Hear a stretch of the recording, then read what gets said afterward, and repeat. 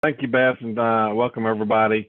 Again, we do have a small group, so yeah, if you've got some questions, because really this training is, we talk about job site planning and execution. This is really kind of a brainstorming kind of session with this whole presentation is to make you think different.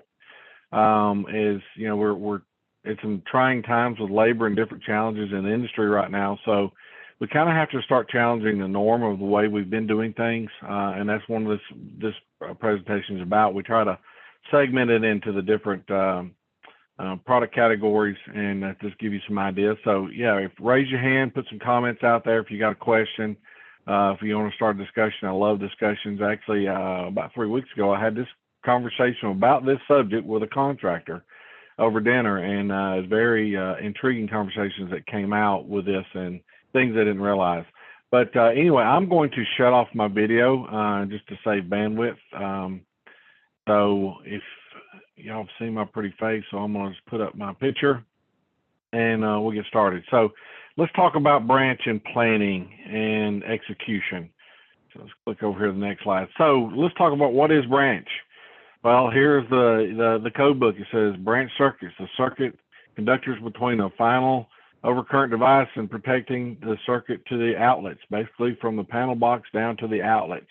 That is where we see a lot of time wasted. I'm going to tell you, and we're going to talk about that in a minute. But the thing that we talk about here with branch circuit, and this is a good quote that Joe had found, is beware of the little expenses. A small leak will sink a ship.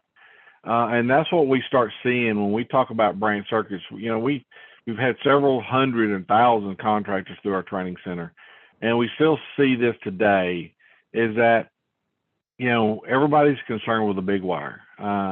You know, we spend a lot of time talking about the big feeder wire. And when we look at contractors and where they make their money, they make their money on labor. And so I've got a slide here that kind of breaks this down, and we talk about this in our training, and I keep bringing it up because it's so true, is that when you look at your feeder side of the building, and now residential is a little bit different, but we're mainly talking commercial on this slide here, is that when you look at feeder, it only accounts for about 30% of the labor on your total job. But when you look at that branch circuit number on labor, it's 70%. And I always ask contractors, what business are you in? Are you in selling material, or are you in the business of installing something? They're install, they're service. I mean, they're a service industry. So where they make their money is on labor, not really material. A contractor can't keep their doors open on what material they sell. That's the distributor's job. That's where they make their money.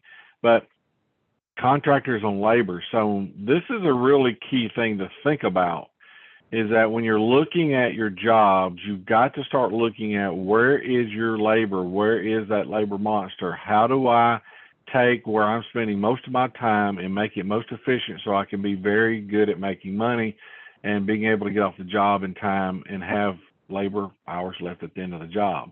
And we bring up this study. Again, this study started back in 2003, and we've used this.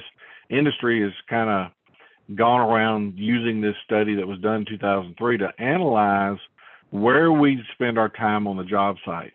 And I can tell you from 2003 till now, this direct install time, that's where a contractor gets paid. When you install that material, that's when you're getting paid. The labor hour breakdown of an 8-hour day here, 32% of that time is actually used installing something. We have so many other factors that are out there: indirect operations, ineffective activities, indirect operation like planning, mobilization, that kind of thing, then material handling. The two big chunks that we see in this breakdown are the direct install time and material handling. That's been the two biggest ones since 2003. They've changed a little bit, but really the only one that has changed is that material handling. We've actually seen it gone up from around 34% up to 41% in the last several years. And why is that? Well, what is happening on the job? You know, how much laydown space is there? You know, how many times you have to take deliveries? How many times you have to handle that material on the job site? That's that material handling time. one figure that really surprised me that's happened in 2003, what they call hand touches, material hand touches, was around 3 to 4. It went up to about 11 about, I think 8 years ago. And now the last figure that I've heard, I'm trying to verify, is like 17 times. So we have increased that hand touch on material. And why? Look at how we're handling the job now. No storage space, multiple deliveries a week, multiple deliveries a day, this lean thinking of getting it just in time. Some of that thinking is good, but sometimes it's a detriment to labor because you are handling material more often. So that's where we got to start looking at when we're talking about the circuit, is you got to look at how many times are you handling and moving material on the job and stuff like that, because that's a cost. So let me give you an example. When we talk about circuit, we're not really talking hours, we're talking minutes. And this goes back to that quote, that small leak will sink a ship. So this is an example I've been using for many, many years. It's 12 minutes a day productivity. So if I could take and make your crew, or make my crew on that job 12 minutes more effective a day, meaning they're going to install 12 minutes more a day. Let's look at what that would break down. So if we could take 50 weeks a year, I'm going to give them 2 weeks vacation. And I've got 100 people on my crew at an average burden rate of $35 an hour. That equates with a crew of 100 people. At the end of that year, that's another $175,000 of productive time. So when you install something, you get paid. So if I can get them to install 12 minutes more effective a day, that's $175,000 at the end of the year. Now look at this, where we're talking about $100, $75 an hour. Look what that figure could be. That could be up to $500,000 a year. How many out there would love to have more, $500,000 more a year? Everybody would, right? But we take that 12 minutes and let's break it down into a percentage of that 8-hour day, the previous slide we had. What is that 12 minutes? It's only 2.5%. So if I can find 2.5% somewhere in that material handling time and convert it to direct install time, I could increase that bottom line of productive time. And it's pretty easy to find 12 minutes a day. That's, moving one material from one place to the other, that's 12 minutes. Okay. So it's pretty easy to find somewhere that we could find that 12 minutes a day. So let's look at, things we need to understand.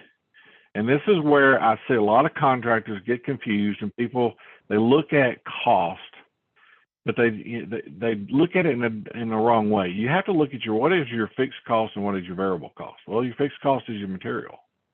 We look at that variable cost that's our labor. So when we talk about that labor on the job, that's that variable cost that, we talk about an estimate or a bid. What is that? Let's talk some common sense. What is a bid? It's an educated guess. It's we're taking our past experiences and saying, this is what I think I can do this job for. And so there's a lot of variable in there, and that variable cost is your labor. So what we're wanting to do is, how do we look at moving those variable costs to a fixed? How do we take that labor, the things that we're doing now with labor on the job, and how do we move what we've been doing by our labor into a fixed cost? That's a crude thing you need to understand, is how do I move that variable to fixed? We can control fixed. Variable is that monster that's going to bite us in the rear end. So we want to understand, how can we do that on the job? Next, we need to understand cost. And I talk about cost is total cost on the job versus just material cost. A lot of contractors look at that material cost and say, well, that's cheaper to buy. Well, it may take twice as much to install it. Remember, that labor is a variable. That's the one that's going to eat you. And a lot of contractors, a lot of times, especially with purchasing agents, they concentrate on that bottom line of what that's going to cost, but they don't see what is going to be the cost on the variable labor side to install it that way. And we'll get into talking about prefab and some of that kind of thing, but that's what we're trying to do, is if I can move that, I want to look at that. What is that total cost of that job? What is that material and putting that in totally costing me? That's something you've got to realize, not just looking at what can I buy it for. And I see several contractors make that mistake and get down that rabbit hole. So we want to do is really talk about, how do we simplify tasks on the job and make course corrections? Okay, we're in a habit-driven industry. Everybody learned their trade from somebody. And it's just like your dad teaching you a certain way to do it. That's kind of the way you like to do it. My dad did it that way. And we find out a lot in this industry. Beth, can y'all still hear me? Shoot. Yeah, I can hear you, Bill. Did you lose the screen? No, you're good. My monitors just went out, so hang on, bear with me here. Well, I mean, we're on the planning screen. Should that be where we're at? Yeah, I got it. I got it back. My connection dropped. Sorry, power dropped. It's okay. All right. You were seeing your desktop. Yeah. Let me reshare my screen. Hang on just a second.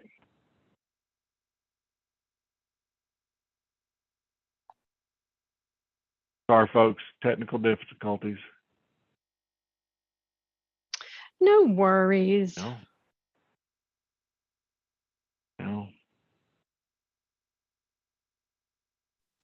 I'm trying to get it to move. So hang while on. Bill's starting the screen there, does anyone on the call here have any questions so far? Or are there anything particulars around branch circuit that you'd like to discuss while we're waiting on Bill to get going again?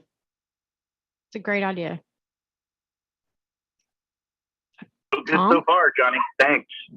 All I'm right. good. Hang in there, Bill. I'll get the guy. It went to my other monitor, so I'm gonna have to start it from. There you go. See me now. There you go. You're back. All right. All right. So let's talk about where was I? I was on the variable cost. Okay. So when we talk about those course corrections, one thing of the course corrections is a lot of contractors don't understand standardization. So we find a lot of projects, and I see this, and this is a conversation I had with that contractor I told you about 3 or 4 weeks ago, is standardization. Once you find something that works and you analyze it, you need to standardize it through your company, because that's the only way you're going to capitalize on that benefit. Is you got to get everybody rowing with the same oar. And that way, because now with the labor shortage, we're seeing more crews being moved from job to job, back and forth. And if you standardize, we talk about that variable cost, is you don't have people getting to the job going, how are we going to do this? Well, how does Jim like to do this? How does he want this done?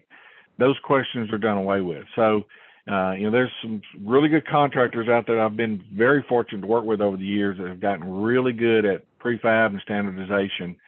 And that's how they started. They found out something that worked, they documented it, and they put it into practice. And we look at these industries from that 2000 study, 2003 study. They looked at automotive, industrial, construction. Construction, only one that went down in productivity.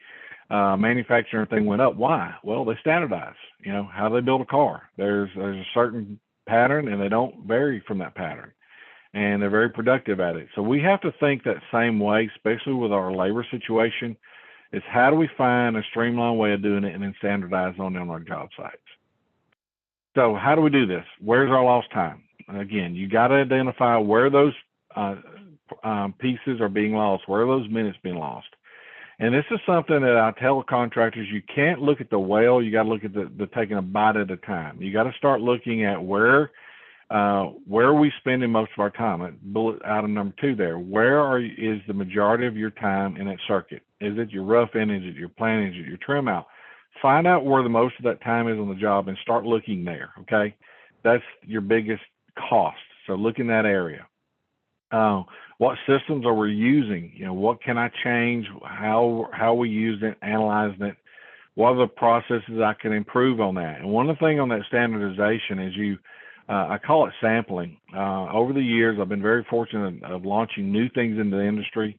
And one of the problems I see contractors do, they'll try it, but then they wait to the end of the job to see if it made an effect. Well, why did you wait to the end of the job? And you need to take those sampling, is go every 2 weeks, see if it's working, compare it to the way you've been doing it before, see if it's been more productive, because a lot of times there's just a little course change that you can do.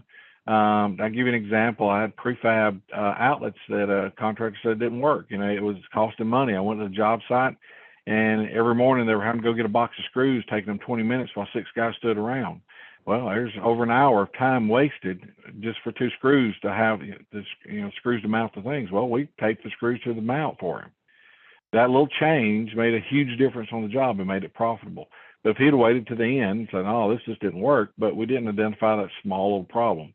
So that's what I talk about. You have to look at that as you do this. Is it working? Can I prefab? Is prefab better for me versus my company doing it? Can I buy it? A lot of times I see contractors, well, it's 5% more. Well, is that 5% really that much money compared to the overall picture? Are you having to handle that material? Because I have a lot of times they'll look at that purchase price. They don't look at having to unload it off the truck, having to stage it on the job site. Where's that labor going versus having it packaged and sent directly to the job by the room? So those are the kinds of things you got to consider. And again, how can safety be increased? Can we minimize accidents? Because every time you have a hand touch, and I had this conversation with Fidelity Insurance 2 weeks ago at a safety conference, is hand touches. If they reduce those hand touches on the job where you're touching things, you are going to minimize your accidents on a job. And so again, looking at those factors is one thing we need to look at. So the whole thing is we want to this is look at how do we increase safety on the job, which is a cost. How do we increase productivity? Because at the end of the day, it's that profitability, what we're going to make on the job. So that's what we're after.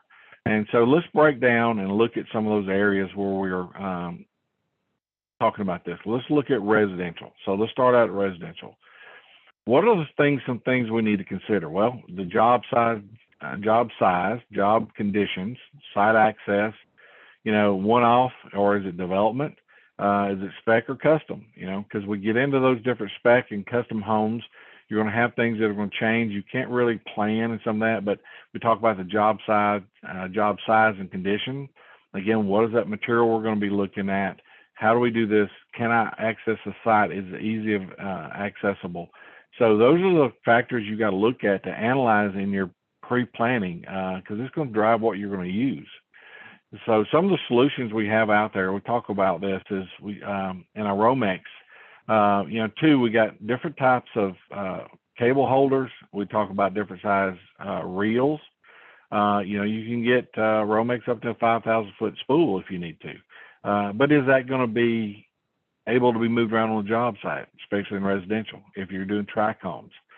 Do I need to go to a smaller packaging, something that's easy to tote around, more mobile, like our stands we have there on the top? 2, is there other solutions we have out there like our PCS cable? Are you doing 0 to 10 dimming in that house where you can now run 1 cable versus 2? I'll give you an example. When we talk about the 5,000 foot reel, had a contractor doing track homes out in Texas. So he started buying 5,000 foot reels, putting it on the truck, and they would drive the truck up to the window of the house, pull the cable through the window off that 5,000 foot reel, and cut what they need. And then once they had all the cable they needed ran in that, he would pull the truck to the next house, the next crew start doing that rough end. They never touched that reel. It stayed on the truck. He just backed the truck up to a window. Very, very productive. So when I talk about analyzing the stuff, is looking at anything you can do, especially packaging size, what equipment is out there that's easy to move around on the job, what's going to cut down on my waste. Because when you get into residential, your profit margins are very thin. A lot of times this is a price per house. And so you have to look at these small things like how much waste am I having on a job? What are those cables that are available out there so I can run 1 versus 2? Is there different technology I can use in supporting that cable? We'll talk about that. That can make it be a little more efficient versus me having to drill holes in there. So again, looking at the Romex and what are the solutions we have there, again, from package size to carriers to holders, you've got to look at everything because those minutes add up. So we get into talking about boxes. What are some of the things we have out there? Well, boxes, really, a lot of guys in residential, it's just 22-cent box. Well, is it being squared up? So one thing we do is have our smart boxes out there that we've introduced into the market where, in residential, a lot of times you have to move things or get it squared up. With our smart boxes, you have the mounting screws already installed. So there's one piece I don't have to go add, to a regular plastic box if I want to screw them up or nail them up, because a lot of times those nails bend. When you nail them in, they'll nail in unsquare. But again, we have these smart boxes already have the screws in place. So if you need to make a major or minor change, you can just unscrew it, move the box down, and screw it back in.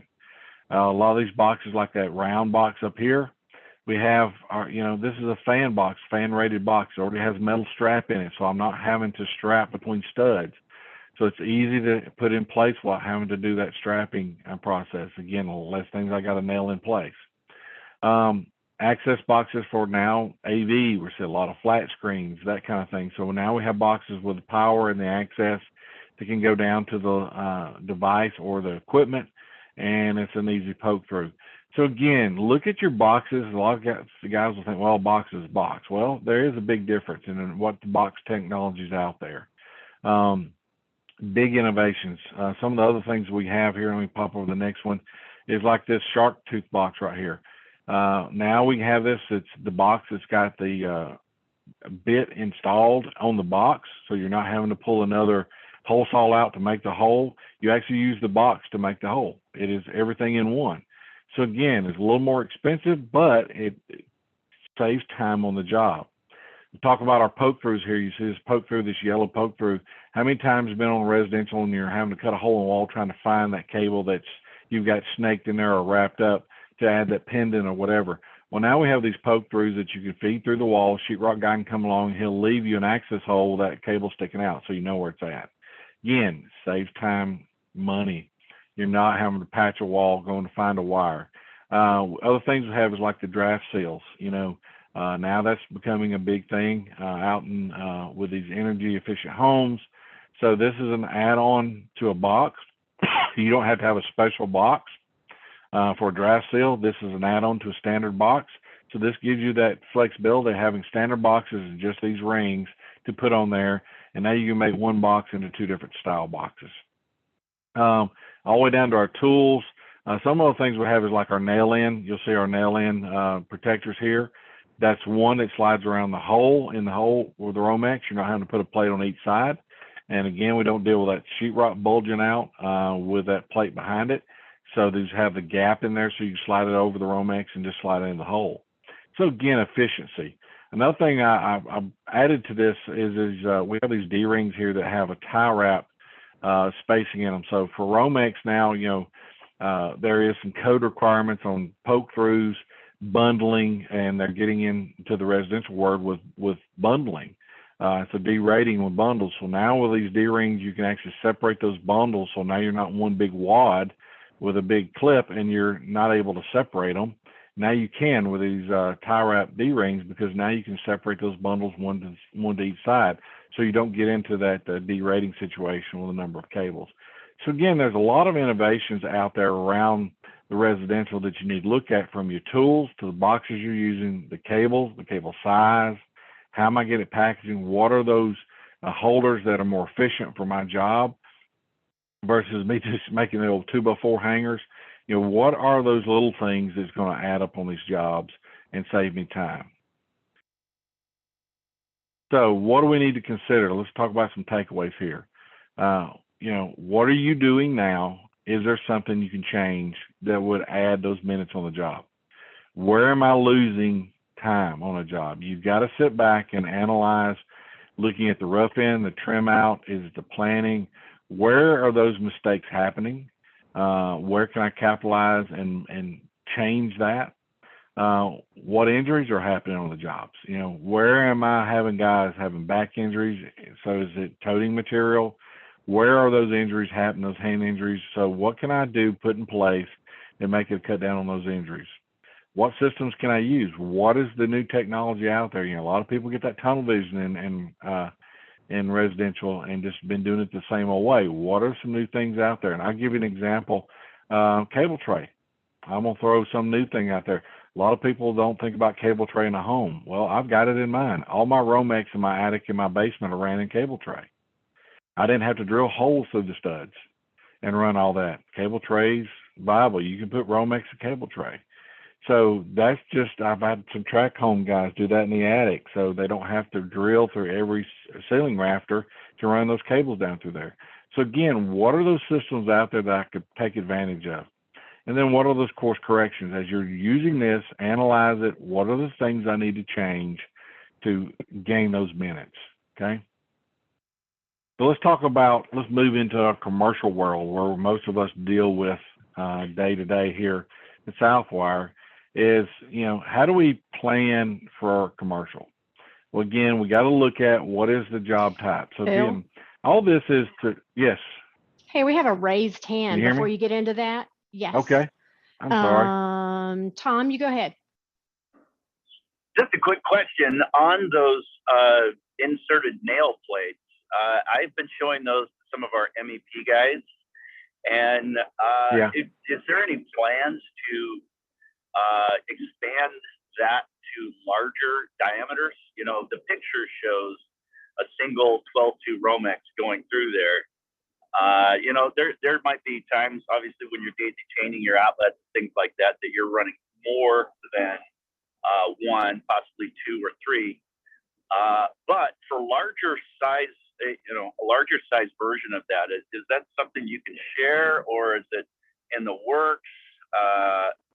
And thinking too for, plumbers and, some of the different types of Weir's bow and stuff that they use for plumbing, and being able to use this style and expand, not just into the electrical, but, more into the MEP market as well. Is that something we're working on?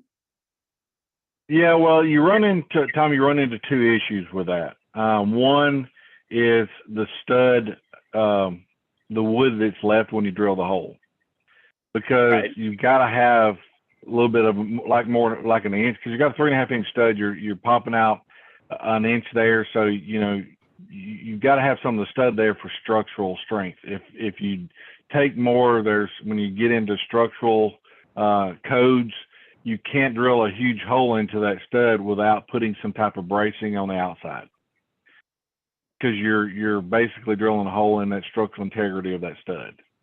And you think about that all the way down the wall. That's the problem of making those larger when you're dealing with a 3.5 inch stud. Now, metal, a little bit different case, but they have looked at making a little bit larger. Now, I would like the gap on it to be a little bit bigger, because you may have a multi-conductor cable. So instead of running that 12.2, you may be running 12.3 or 12.4 or larger size. So getting it in, in that gap, that was the only thing. But I've heard some conversation about that, but that's a good point. But again, you get into structural integrity of the stud if you go bigger. That's one of the issues. I've seen some pretty large, nasty holes from the plumber. Yeah, and that is that. And I've actually seen walls sag because they put some big holes in there and things, snapped, and so yeah, that's where an inspector needs to catch it. But there is code out there about how much material you got to have left in a stud, cross-sectional area. Yeah, but on a wider stud, like for commercial, you get into, that's why they make a 6 and 8 inch. So you have those bigger studs, you can have a bigger opening. But in wood, that's the problem you have is having enough left. You're really supposed to have an inch on each side from the stud in, about an inch left of wood. That's why you're supposed to hit it dead center. A lot of guys don't do that either. So anyway, that's true. But good question. Yeah, good question. Yeah. So any other questions out there? But to your point, that you can stuff that in there. You can kind of. I've got to go back to the code there. There's a reference of how many Romex you can put together, and we deal with that in commercial. Once you enclose that center cable, it has no airspace to get dissipate heat. They're getting into that now with the Romex, and guys pumping a lot of through one single hole, taking 10 or 12 Romex to a single hole down to a panel box. That is now becoming an issue in the code. So you have to derate. Any other questions? All right, well, let me move on into the commercial. So again, with commercial, really looking at your job types, that's really a big thing you need to look at is vertical markets, what you're working in, because certain solutions out there are going to lean themselves to certain like hospitals, schools, condos, kind of things like that, depending on where you're looking at that vertical market and how the wiring is really ran. When you look at schools, condos, hospitals, where you're using common corridors, typically that's where the cable's being ran. You have, like in a school, you have the same thing over and over again in each room. Hotel, same thing. Condo, same thing.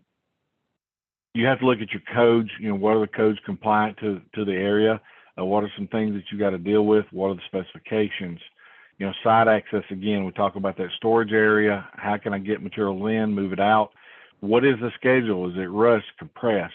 What are the typical room types? So these are things you need to look at. Is it conduit, is it MC, or is it a hybrid? So when you've got to analyze this in your planning process, because this is going to look at the solutions that you can apply. And I'll talk about that as we get into these, but these are some things that you need to consider, especially, the building type, room. A lot of times I'll look at the building type, typical rooms, and is it conduit MC or is it hybrid? Because can I go from conduit to MC? Because, when you go from conduit to an MC, that's about a 40% savings. Can I save there? Will the engineer allow me to do that? Is there something I could do, maybe cable tray or something, to make that MC more attractive to an engineer or customer? Versus, a lot of engineers don't like that spaghetti hanging in the ceiling, even though you can't see it. But these are the things you really need to consider before you get into looking at what you're doing. Is really, these are the things you need to consider. And building types and room types is really high on my list. So what are some of those things? Let's look at conduit. Okay, picture up in the top right, you see cable and conduit. That's ran in a slab. We talk about cable and conduit and had conversations about this with the EVP, and he's just wondering why this product is not taking off like it has in the market because of the functionality of it.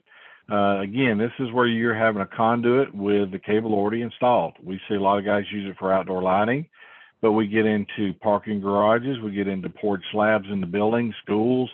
This is something that can be used in those instances. People just kind of get that tunnel vision. Well, I use it for outdoor lighting. That's where I typically see it being used. But this is such a versatile product you can use in different rounds out there. We talk about now prefab. We see prefab shops. You'll see that rack we have right there. We have some connectors out there like that service coupler at the top. I got that red arrow. That is where you can actually see where the conduits butt together.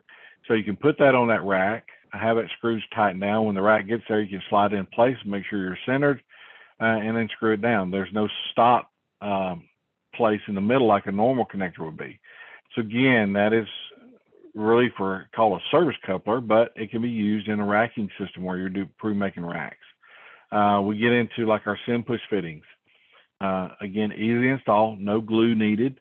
These are for like rigid.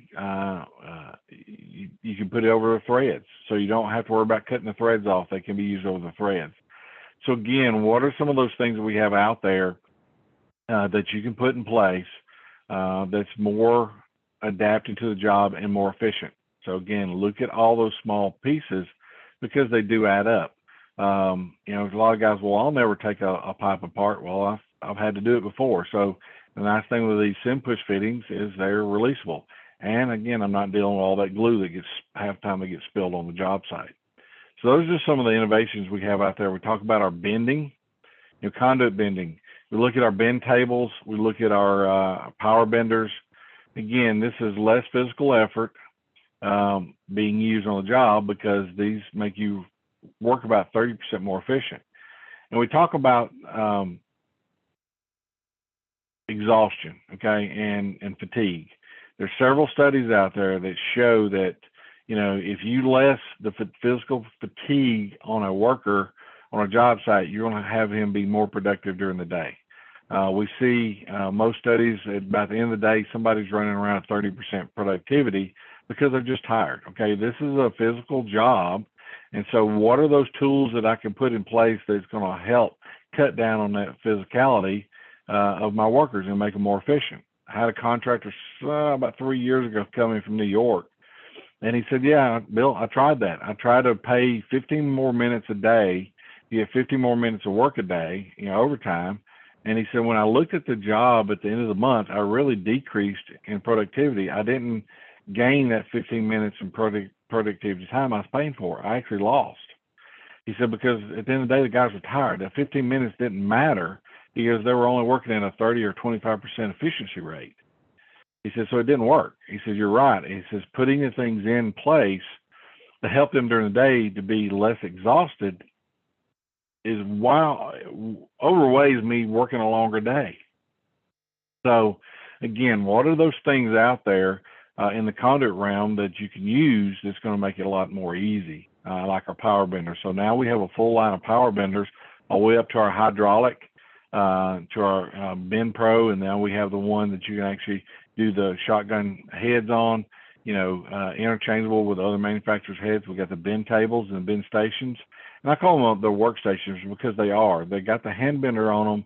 They also have a conduit rack. They also have a place for you to put your materials. And think about a hand bender. When somebody goes to hand bend something, then they're going to put the hand bender down. They're going to go pick up their materials like their couplers and their straps to go hang it. So look at all those hand touches and all that movement that they're doing on a job that's costing minutes. When you look at these bench stations here, you got everything on that table. It's a workbench. It's a workstation. That workstation moves. Your material moves with you. That's efficiency. So that's what we're really talking about is this is, excuse me, you've got to analyze down to the equipment, down to the tools, down to how am I doing it? So what are those things that are out there?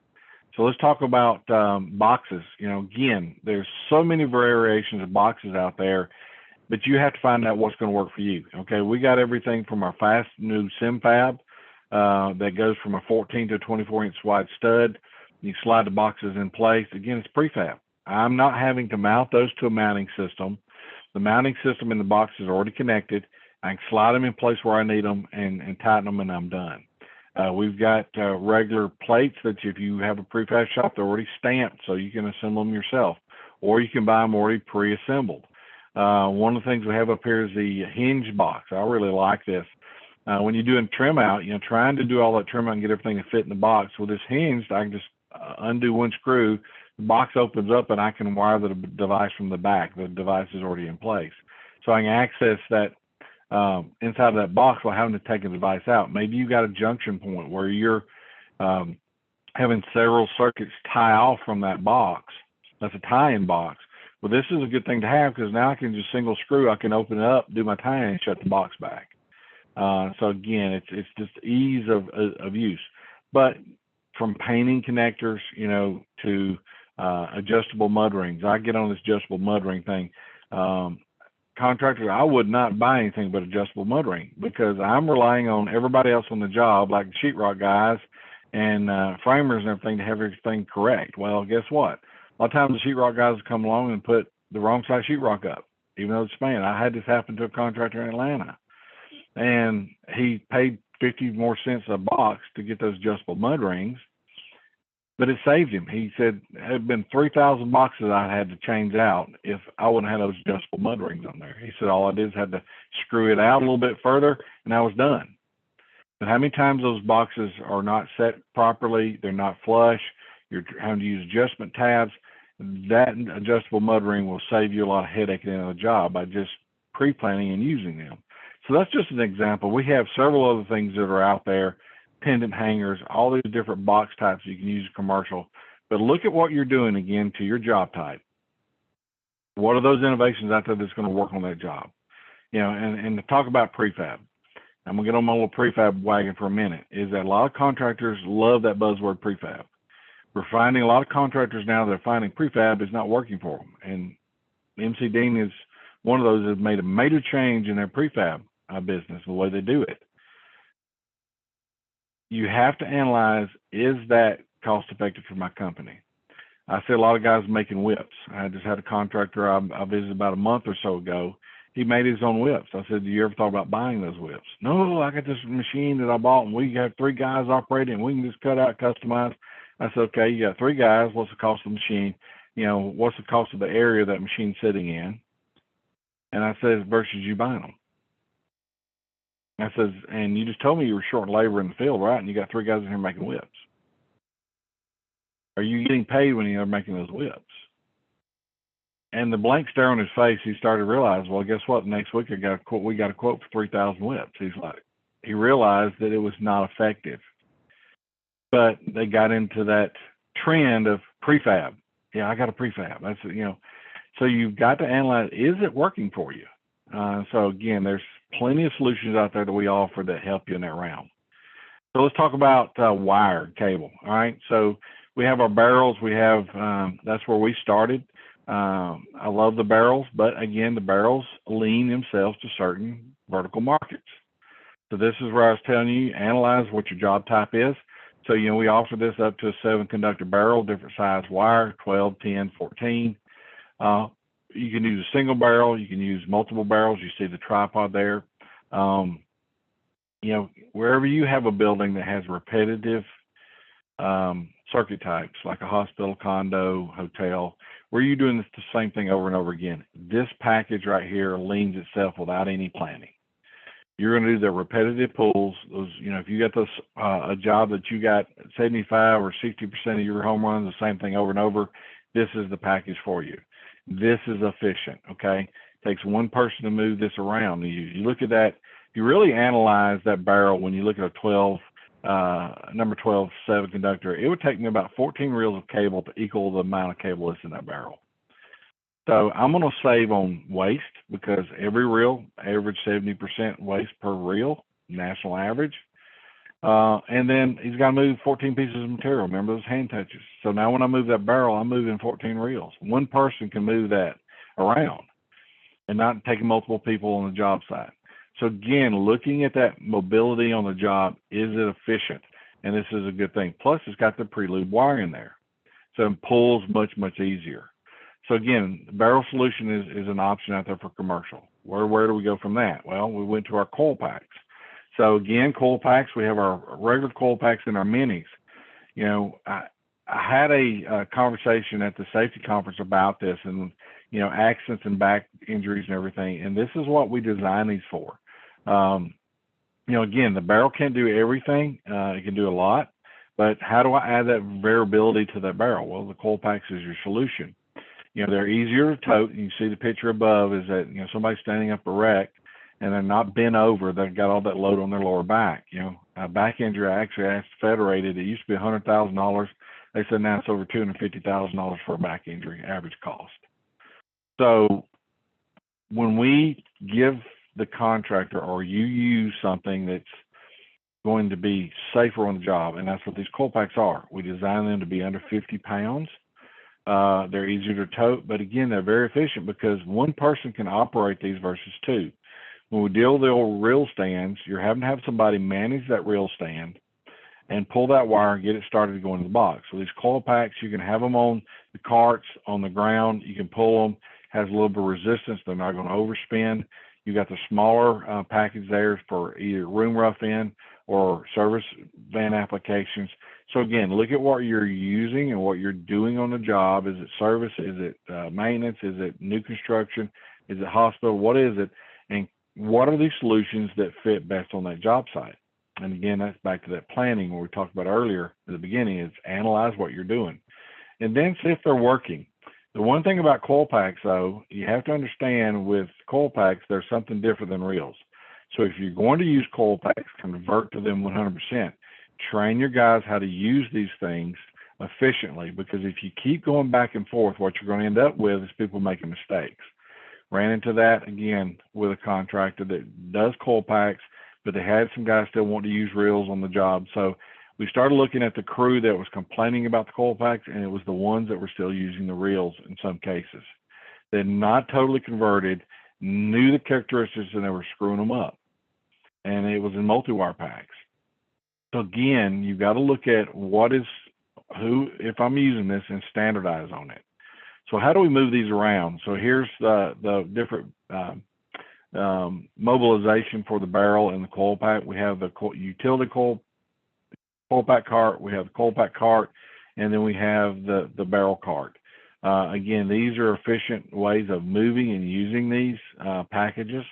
You can use them on the ground, but again, you got to move them around. So with these carts, you're easy to move, and easy to use them on a job site. The utility cart there, I see a lot of contractors use that for the room rough end. A little bit smaller, one person can move it around much easier than the larger one, more efficient. So again, look at what you're doing on the job and how are you using these packages. Are you doing it for your home runs? Or are you using it for your room rough ends? Again, the barrels typically home runs. You're not going to move that room to room. But again, like barrel, you can get it 14 gauge. I mean, got people out there doing controls. Well, you can use that barrel for control. So again, there's different applications for this, but again, ease of use of moving it around. What are some of the other tools we have? We have our quick rope. We have our sim tape. Again, this is very easy to push through. Your sim rope, instead of using jet line, you can actually vacuum this through. So again, looking is a little more expensive, but you can reuse it over and over again. So basically, well, the next thing I'm going to talk about, that sim rope is a really critical thing, because when we get into looking at the other tools that we have out there now, like the XD1, the problems we're starting to see with XD1 is that sucker can pull up to 90 feet a minute. And don't you think those guys love running those drills in the high gear on the job? They do. But what happens is that string now is going so fast, you can cut through that conduit using jet line. So now using the sim rope, you got less friction. You can pull at that higher speed and not worrying about cutting through the conduit. Again, we have our tripod. We have our, for our barrels, we have our guided system there.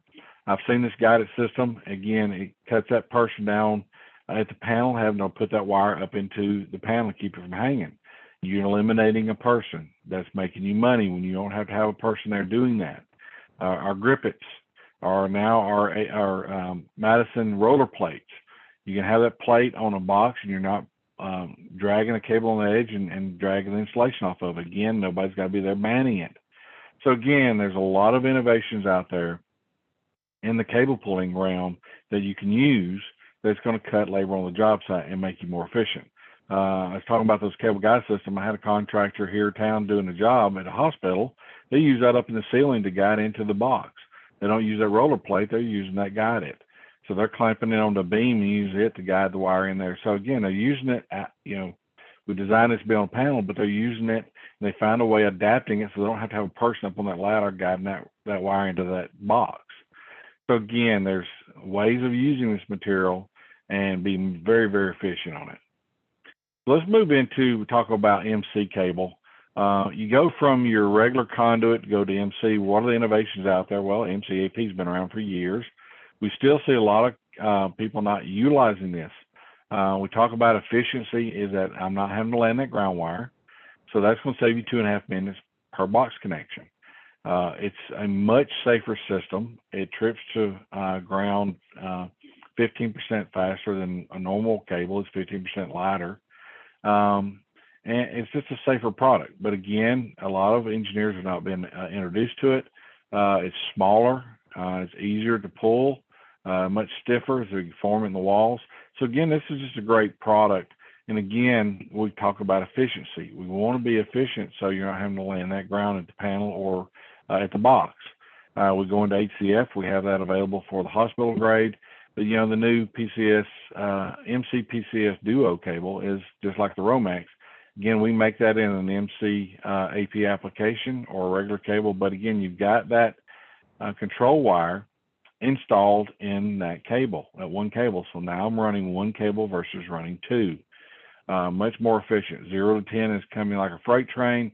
Lighting controls are out there. Everybody's starting to standardize on it. So this is an efficient way of using the technology that's out there to be more efficient on the job. So let's talk about MC and packaging. We talk about what's the best way of doing this. Okay, you got your big 1,000-foot reels, you got your 250-foot coils, you've got your pre-made whips, you got your barrel. So again, look at your job. What are those solutions that I have that's available to me that's going to be most efficient on that job? And again, that's where you're analyzing. I talked to you about making your own whips. Well, we make them too. We also package them in a barrel and ship them in bulk to a job site. You can get them from 14 or 12 to 22-foot lengths, whatever connector you want on the end of them. The barrel, we talk about the barrel, 12.2 MCs, 2,500 feet of cable in that barrel. That's two 1,000-foot reels and a 500.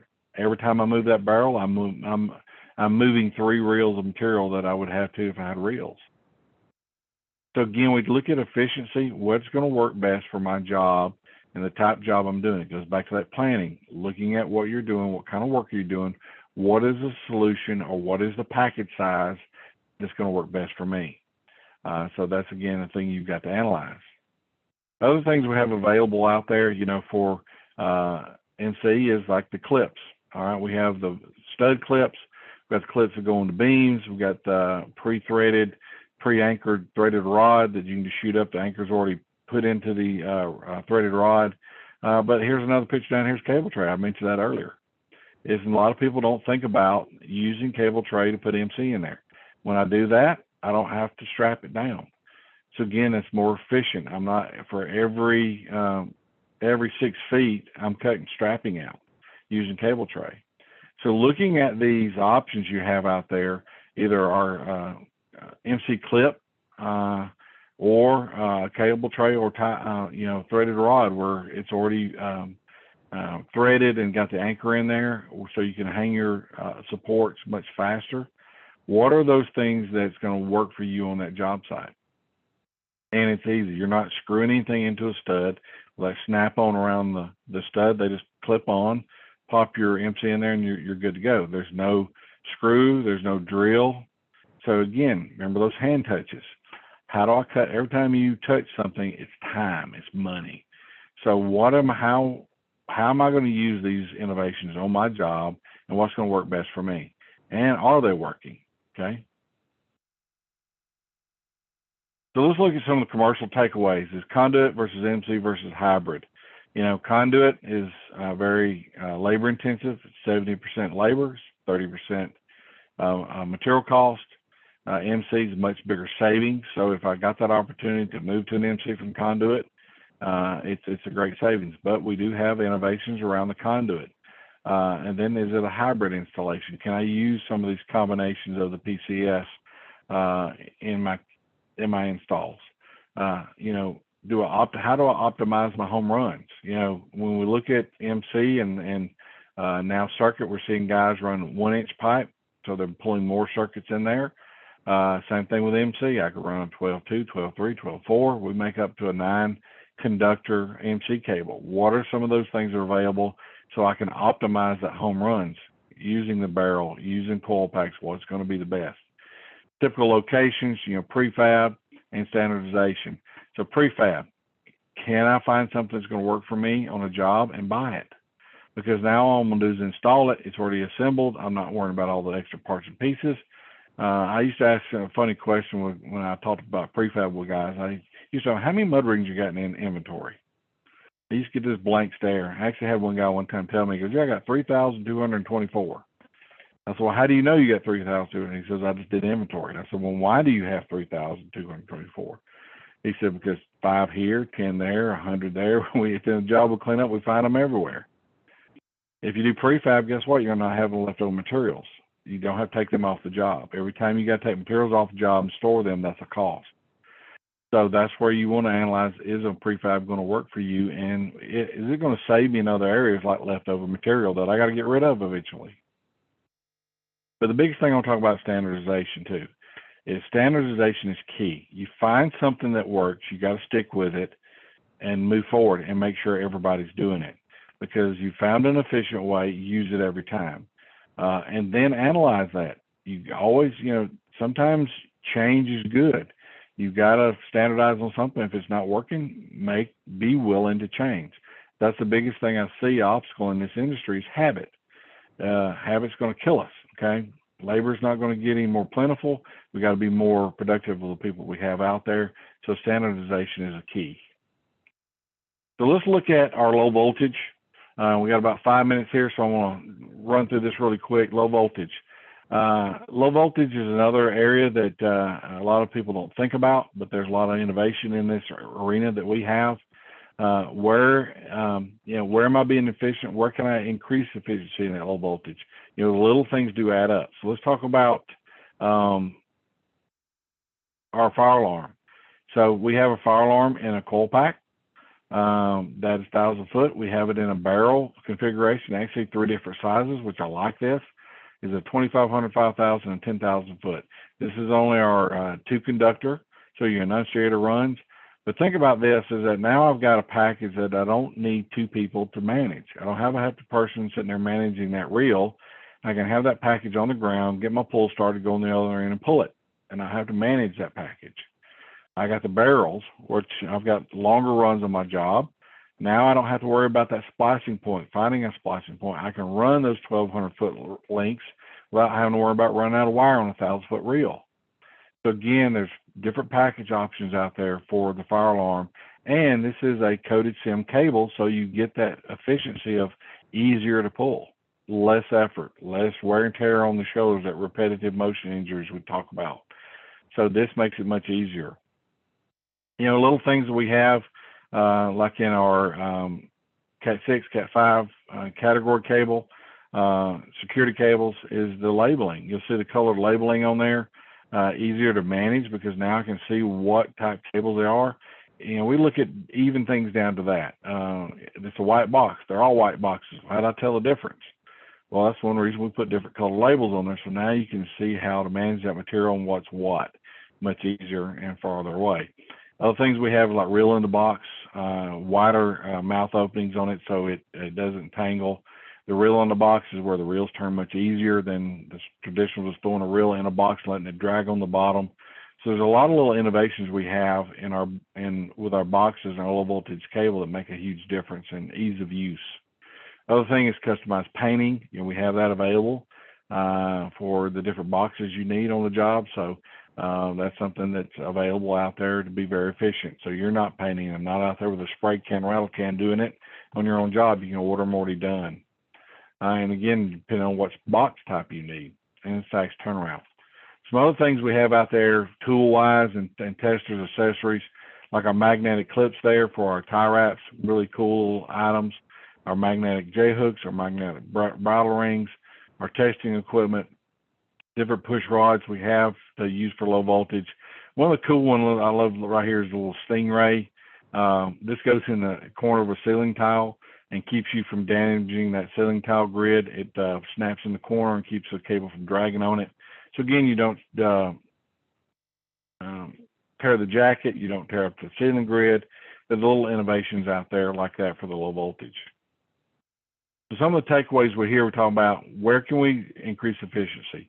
Again, just like in commercial and our residential, look at what type of work you're doing. What are the packagings and things that's available for me, like the barrel. If I'm doing warehouse space, large openings where I get really long runs, that barrel's great. If I'm doing service work or just add moves and changes like the coil pack, so one guy can use that versus having multiple hands having to touch that pack. You know, so the little things add up, like the little accessories we have. And again, for fire alarm, big pull an XD1. You know, you don't have to hand pull that. We have it circuit tugger. So those are things you can use in a low voltage guy. You know, I have guys all the time for cable trading data using rollers, and they're sitting there hand pulling it. I said, well, hook an XD1 to that sucker and pull. You can set your clutch down to where if you go over 25 pounds, the drill's going to clutch out on you, and you won't damage that cable. Use that XD1 for pulling low voltage.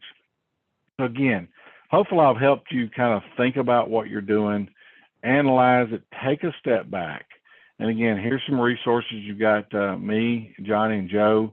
Also, we have our Southwire sites and our ME products, our Garvin. So go out there and look at the smart products we have for different commercial environments, residential and our low voltage, and see what can help. So Elizabeth, that's all I've got. Do we have any more questions out there? Great job, Bill.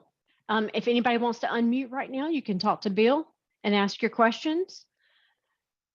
So while you're thinking about it, I saw that everybody that's attended this session is also registered to attend this afternoon at 3. So we're excited about that. You guys can get you some lunch, answer emails, take care of your business, and then we'll see you back here at 3.